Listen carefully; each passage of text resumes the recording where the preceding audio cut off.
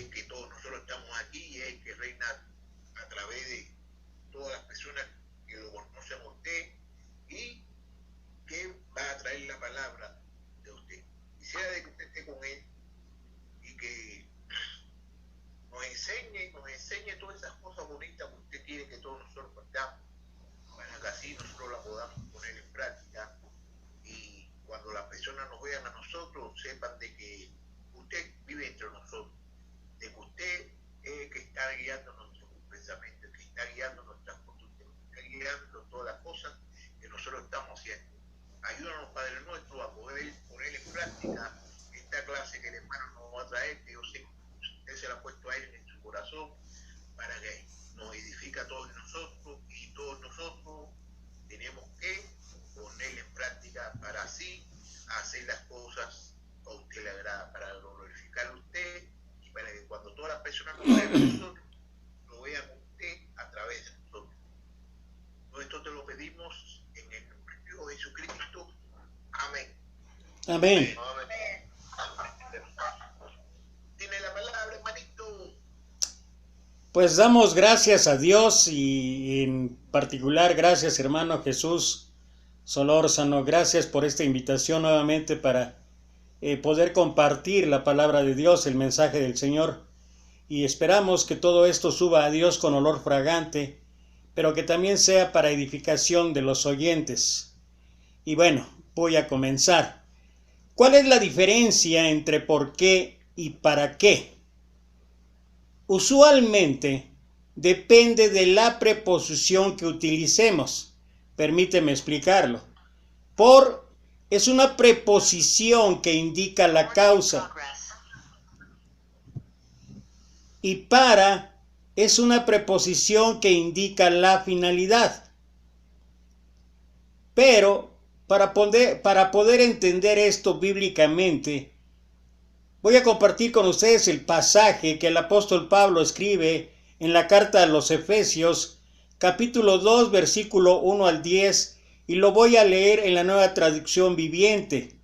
Esto nos va a ayudar a identificar el porqué o la causa y el para qué o la finalidad que Dios tiene para nuestra vida. Dice la palabra de Dios, Efesios capítulo 2, versículo 1 al 10, Nueva Traducción Viviente. Antes, ustedes estaban muertos a causa de su desobediencia y sus muchos pecados. Vivían en el pecado, igual que el resto de la gente, obedeciendo al diablo, el líder de los poderes del mundo invisible, quien es el espíritu que actúa en el corazón de los que se niegan a obedecer a Dios. Todos vivíamos así en el pasado, siguiendo los deseos de nuestras pasiones y la inclinación de nuestra naturaleza pecaminosa. Por nuestra propia naturaleza, éramos objetos del enojo de Dios, igual que todos los demás.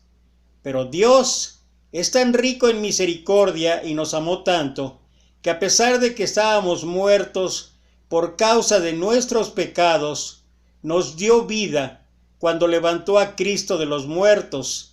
Es solo por la gracia de Dios que ustedes han sido salvados, pues nos levantó de los muertos junto con Cristo y nos sentó con Él en los lugares celestiales, porque estamos unidos a Cristo Jesús, de modo que en los tiempos futuros Dios puede ponernos como ejemplos de la increíble riqueza de la gracia y la bondad que nos tuvo, como se ve en todo lo que ha hecho por nosotros, que estamos unidos a Cristo Jesús. Dios los salvó por su gracia cuando creyeron. Ustedes no tienen ningún mérito en eso. Es un regalo de Dios. La salvación no es un premio por las cosas buenas que hayamos hecho, así que ninguno de nosotros puede jactarse de ser salvo, pues somos la obra maestra de Dios. Él nos creó de nuevo en Cristo Jesús, a fin de que hagamos las cosas buenas que preparó para nosotros tiempo atrás. Es increíblemente bello, magnífico la manera en que este pasaje, en este pasaje Dios nos enseña significativamente tanto el por qué, esto es la causa, y por otro lado el para qué, esto es la finalidad. Pero es importante hacer notar un detalle. Entre ambos, entre el por qué y el para qué, hay un puente. Y en el pasaje identificaremos este puente como un concepto que une tanto el por como el para. Esto nos permitirá entender de manera más clara tanto la causa como la finalidad por el cual estamos aquí en esta vida. Y vale la pena empezar entonces con el por, o sea, la causa. Y solamente para hacer un poquito de remembranza en cuanto a lo que ocurre de los versículos 1 al 3 que nos permite identificar la causa, nosotros podemos ver, entre otras cosas, cómo es que nuestra desobediencia nos hacía vivir dentro de muchos pecados. Literalmente éramos muertos vivientes, hablando espiritualmente. Y lo más triste es que sin darnos cuenta, o a veces incluso dándonos cuenta, estábamos obedeciendo las órdenes del diablo. Ese es el espíritu. Y basta ver la situación actual en este mundo incongruente, irrazonable, de cómo todo esto actúa en el corazón de los que se niegan a obedecer a Dios. Pero una cosa significativa y que vale la pena remarcar es que todos sin excepción vivíamos así en el pasado. Estábamos bajo los deseos de nuestras pasiones. Nuestra inclinación natural era pecaminosa. Y a causa de esta naturaleza pecaminosa, éramos objetos del enojo de Dios igual que todos aquellos que de una u otra manera se niegan a obedecer a Dios. Y tal vez el antes en nuestra vida, o la causa, es probablemente lo que puede en un momento dado de nuestra vida originar tantos porqués en la vida diaria. ¿Cuál era nuestra esperanza? No había esperanza. Y tal vez eso es una de las, o es la mayor razón por la cual nos quejamos continuamente, por la cual en muchos momentos, en muchas situaciones, en muchas circunstancias, nos pasamos reclamando con un por qué. ¿Por qué suceden cosas que no entendemos? ¿Y sabes qué? Estas vienen a ser, en el mayor de los casos, situaciones que se derivan de estar lejos de Dios. Hemos vivido una situación terrible en los últimos casi 3 años a causa de la pandemia, pero esa pandemia nos debió haber enseñado que no teníamos esperanza lejos de Dios, que viviendo lejos de Dios, sin obedecer a Dios, vamos a encontrarnos en una situación constante de reclamo. Y si no, basta ver la salud, basta ver la economía, basta ver las tragedias que hemos vivido, basta ver las dudas, los temores, los miedos que hemos atravesado y que nos muestran esta lejanía con Dios. Y esto es algo que cada uno de nosotros debería considerar. Y qué increíble que este mismo ejemplo es lo que ocurrió allá en el pasado, allá en el Antiguo Testamento, allá hace miles de años con el pueblo de Israel. Porque hay una gran similitud entre lo que pasó el pueblo de Israel allá en aquel momento, en aquel tiempo, y lo que nos pasa hoy en día. Solamente para detallar algunas situaciones, algunas circunstancias, ellos clamaron por más de 300 años a Dios. Y lo más increíble, estaban viviendo como esclavos. Y cuando finalmente, dice ahí la Escritura, Dios escuchó sus ruegos y empezó la obra de liberación, ¿Cuál fue la reacción? El pueblo, una y otra vez, se quejaba y murmuraba. Su vida se volvió un constante de porqués. Ellos veían el poder, veían la misericordia, veían la gracia de Dios, pero su corazón estaba lejos de Él. Y es así lo que pasa hoy en día. Mucha gente que no quiere obedecer, mucha gente que no quiere aceptar el regalo de Dios, está viviendo en un constante porqué, en un constante de reclamo. Y aún a pesar, y esto lo voy a resaltar un poquito más adelante, aún aquellos que hemos visto la misericordia, la gracia de Dios, aún aquellos que hemos dado el paso para aceptar el regalo de Dios, todavía parece ser que tenemos un pie en el pasado. Y es aquí donde entra ese puente que comunica la causa con la finalidad, el por qué con el para qué. Ese es un puente grandioso, es un puente que no tiene ningún tipo de comparación. En los versículos 4 al 6 encontramos el puente que une la causa con el propósito de Dios en nuestras vidas. Dios, que es tan rico en misericordia y nos amó tanto, y vale la pena, por eso lo estoy volviendo a leer, porque vale la pena analizarlo, reflexionarlo y profundizarlo cada quien en su vida, que a pesar de que estábamos muertos por causa de nuestros pecados, nos dio vida cuando levantó a Cristo de los muertos. Es solo por la gracia de Dios que ustedes han sido salvados. Y lo voy a volver a repetir. Estoy leyendo el versículo 5, el final. Es solo por la gracia de Dios que ustedes han sido salvados, pues nos levantó de los muertos junto con Cristo y nos sentó con Él en los lugares celestiales, porque estamos unidos a Cristo Jesús. Si hay un puente entre el por qué y el para qué de nuestra vida, está aquí, en estos versículos. La gracia, la misericordia, la bondad de Dios manifestada en su amor por nosotros. El pero, porque es así como empieza el versículo 4, pero haciendo referencia a cuál era nuestra situación anterior, todo lo que describe de versículos 1 al 3. Pero es lo más significativo. Es lo más significativo para nuestra vida porque realza de una y de otra manera la obra redentora de Dios e incluso con recompensas que nadie, absolutamente nadie puede ganar. Solo es por la gracia de Dios.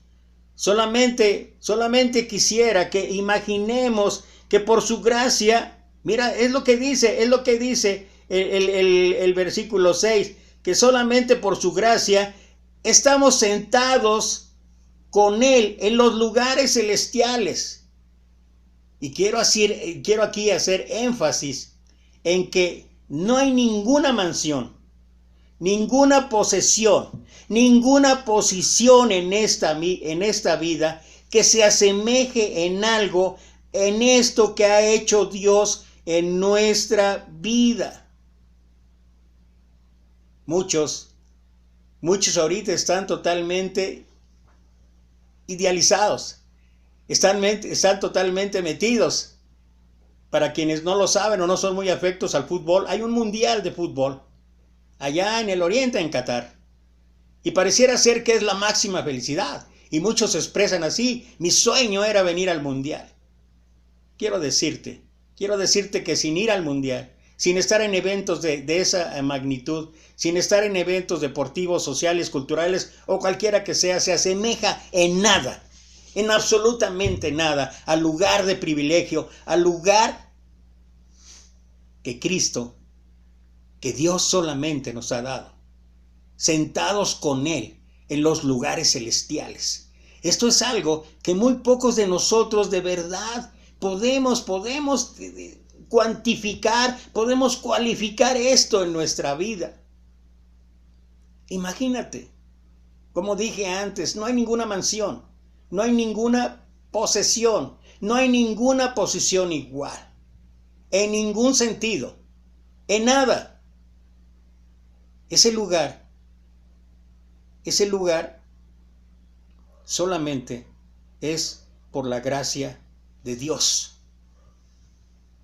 Pero esto también nos lleva a reflexionar que lo triste es que muchos seguimos pensando o anteponiendo más nuestros esfuerzos, nuestros sacrificios, nuestros derechos o reclamos de promesas a lo que hacemos en lugar de vivir día a día por la gracia y la misericordia de Dios.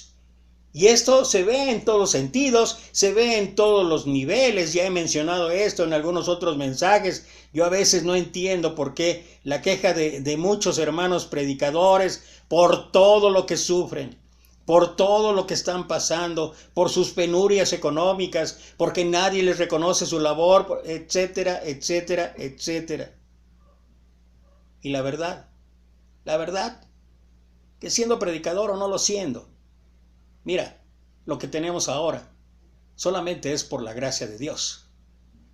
Pablo mismo reconocía esto después de un ministerio que creo nadie, estoy hablando de los seres humanos, nadie ha llevado como él. Después de más de 18 años de sufrimientos, de tribulaciones, de etcétera, etcétera, etcétera, Pablo afirmaba, soy lo que soy por la gracia de Dios. Y solamente para poder enfatizar y recalcar esto, de que todo es por la gracia de Dios, mira lo que escribe David en el Salmo capítulo 8, versículo 4 al 6. Digo, ¿qué es el hombre para que tengas de él memoria? ¿Y el hijo del hombre para que lo visites? Le has hecho poco menor que los ángeles, y lo coronaste de gloria y de honra, le hiciste señorear sobre las obras de tus manos, todo lo pusiste debajo de sus pies. Esto es lo que hace Dios con nosotros. Y esto solamente es por su gracia, por su misericordia. Pero pareciera ser que una y otra vez estamos más concentrados en exaltar lo que nosotros hacemos. ¿Qué pasó con el pueblo de Israel?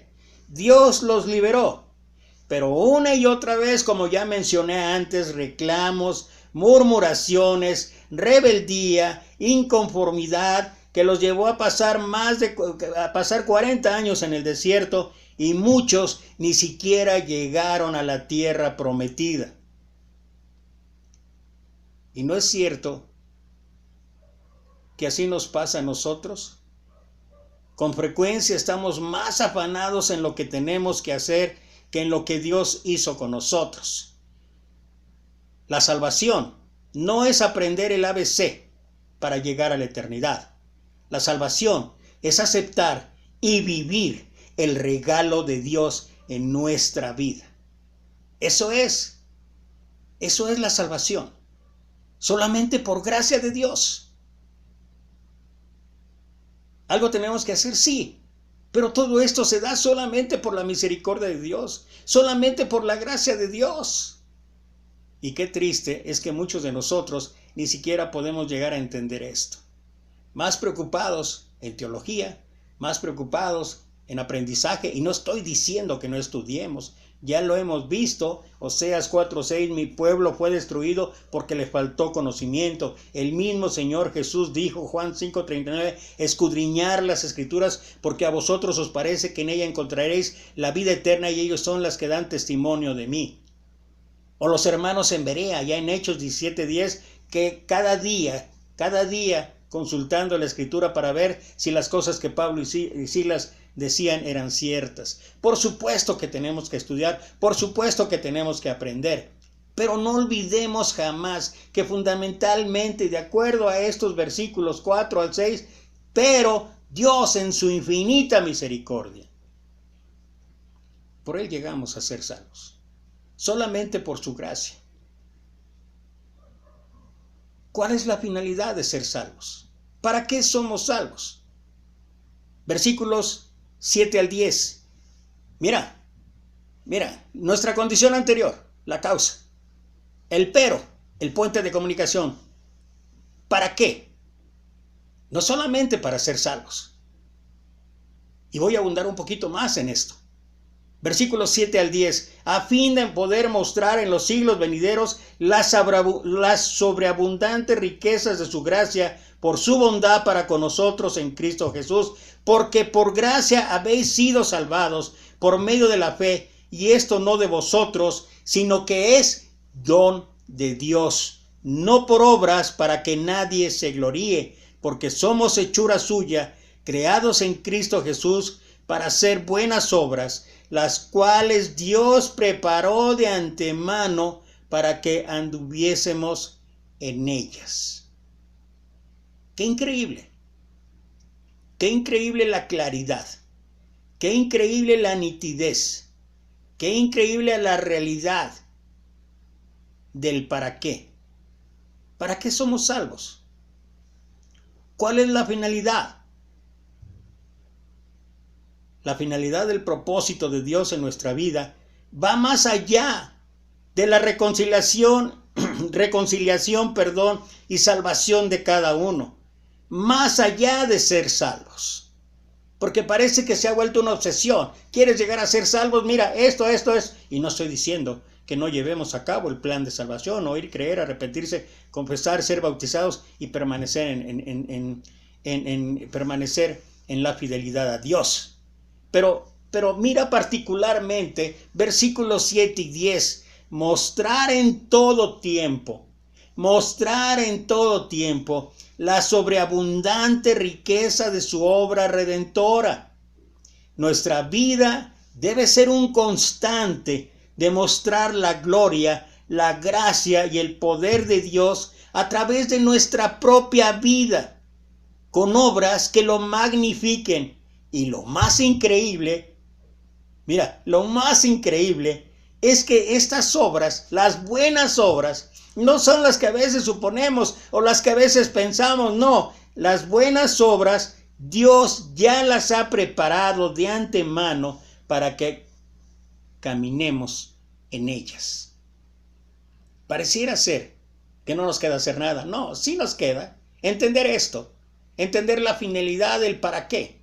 ¿Para qué somos salvos? ¿Para qué es el propósito de nuestra vida? Si no estamos mostrando la sobreabundante riqueza de su obra redentora a través de simplemente tu caminar diario, mi caminar diario, nuestro caminar diario. Que vas a la iglesia, qué bueno. Que te reúnes, qué bueno. Que estudias la Biblia, qué bueno. Pero ¿qué estás mostrando en realidad tu vida? ¿Qué es lo que los demás a nuestro alrededor ven en nuestra vida? ¿Están viendo la sobreabundante riqueza de su obra redentora? ¿Están viendo que realmente tiene el poder el Señor para transformar vidas, para cambiar vidas? ¿O simplemente somos un compendio de enciclopedia recitando o diciendo versos y versos, pasajes y todo lo demás? Y a veces nuestra vida es tan fría que por eso la gente no se quiere acercar. Y cuando no estamos haciendo esto, estamos regresando una y otra vez al antes. ¿Al por qué? A la causa. Esto fue lo que pasó con Egipto. Una y otra vez regresando. Una y otra vez queriendo regresar. Me encanta lo que describe el libro de Números, capítulo 11, versículo 4 al 6. Y la gente extranjera que se mezcló con ellos tuvo un vivo deseo. Y los hijos de Israel también volvieron a llorar y dijeron: ¿quién nos diera a comer carne? Nos acordamos del pescado que comíamos en Egipto de balde, de los pepinos, los melones, los puerros, las cebollas y los ajos. Y ahora nuestra alma se seca, pues nada sino este maná ven nuestros ojos. ¡Qué increíble! A veces pienso que el ser humano, por naturaleza, somos incongruentes. Por naturaleza parece que somos masoquistas. ¿Cómo era posible que el pueblo de Israel no cuantificara, no se diera cuenta de la situación en la que habían vivido por más de 300 años? Cuando empezó la esclavitud allí del pueblo en Egipto, cómo eran tratados de manera inmisericordia. Eran abusados, eran menospreciados, eran castigados, eran esclavizados, pero no solamente eso, incluso algunos llegaban a la muerte. Y en lugar de agradecer a Dios por esa liberación, mira qué incongruencia. Ay, lloraban, ¿quién nos diera a comer carne? Mira en Egipto, ay, los pepinos, los melones, los puerros, las cebollas y los sacos. Y ahora, llorando, nuestra alma se seca, pues nada sino este maná ve en nuestros ojos. Pero ¿sabes qué es más incongruente todavía? Nuestra actitud actual. Porque muchos de nosotros estamos una y otra vez regresando a el antes, regresando a la causa, regresando a lo que vivíamos en nuestra vida, pensando que nuestra situación pudiera ser mejor. Y a pesar de todo lo que hemos experimentado, viviendo en desobediencia, viviendo bajo las órdenes literalmente del diablo, a pesar de haber visto la misericordia y la gracia de Dios en nuestra vida, ¿cuántos de una u otra manera estamos añorando cosas intrascendentes o que de nada servirán allá en la eternidad? Porque esa es la realidad. Me encanta lo que Pablo escribe ahí en segunda carta a los Corintios, capítulo 4, versículo 16 en adelante, porque esta leve tribulación momentánea produce en nosotros un cada vez más excelente y eterno peso de gloria, no mirando las cosas que se ven, sino las que no se ven, pues las cosas que se ven son temporales, pero las que no se ven son eternas. Pero aún siendo salvos, una y otra vez estamos queriendo regresar a la esclavitud. Este mundo consumista, este mundo materialista, este mundo absorbente, este mundo dominado por Satanás, también nos alcanza a todos aquellos o a algunos de nosotros que nos decimos cristianos. ¿Por qué? Porque si nuestra vida no es solamente el hecho de que regresemos a costumbres, regresemos a tradiciones, regresemos a prácticas que no son lo que alaba y glorifica a Dios. No es solamente eso.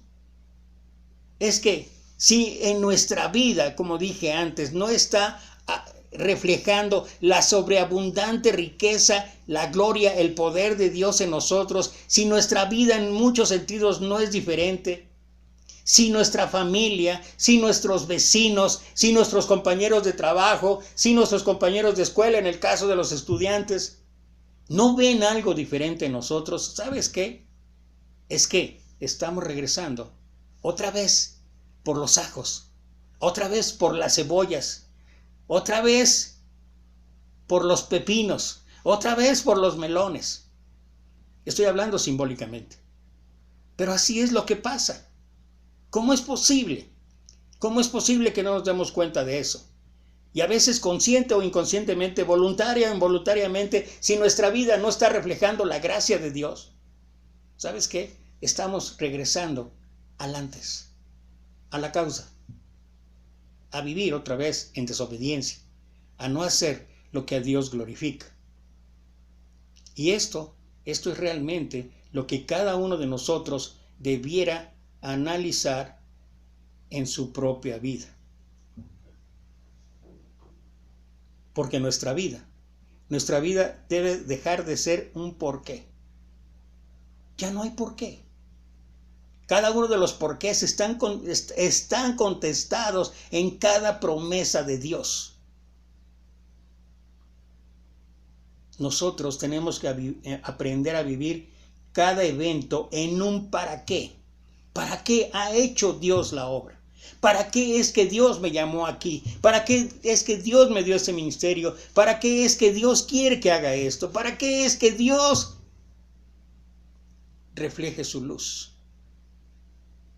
Son los para qué los que deben de determinar nuestra vida. No es solamente ser salvos. Mira, si en tu vida has realizado el plan de salvación, gloria a Dios. Gloria a Dios. Pero ¿sabes qué? No se detiene así. No se detiene ahí. Hay mucho más. Hay mucho que hacer. Y principal y primordialmente, lo que requerimos, lo que necesitamos es vivir esa gracia para que el mundo conozca su gracia y su poder. Para que las obras de Dios sean manifiestas. Y si no lo estamos haciendo, es un buen tiempo. Es un buen tiempo para cambiar. Al pasar Jesús vio a un hombre ciego de nacimiento y le preguntaron sus discípulos diciendo: Rabí, ¿quién pecó, este o sus padres, para que haya nacido ciego? Respondió Jesús: no es que pecó este. Mira la respuesta de nuestro Señor. Mira la respuesta del Maestro. Mira la respuesta de nuestro Mesías, nuestro Salvador. No es que pecó este ni sus padres, sino para que las obras de Dios se manifiesten en él.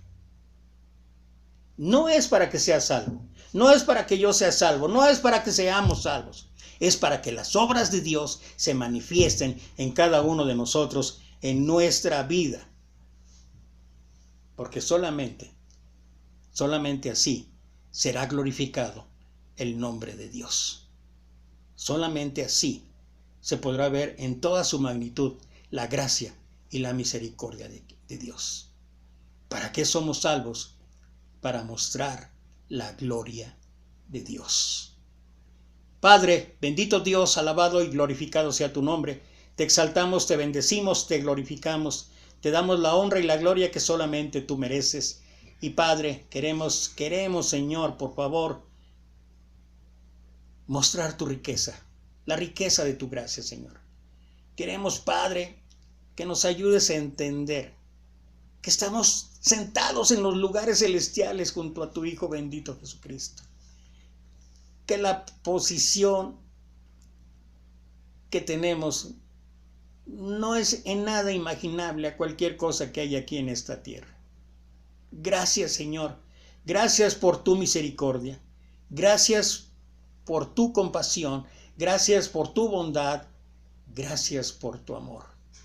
Y gracias, Señor Jesucristo, porque es a través de ti que no solamente hay reconciliación con nuestro Padre, con tu Padre, Señor, sino que además es con el propósito, un para qué, para que mostremos tu gracia, tu poder, tu soberanía, Señor.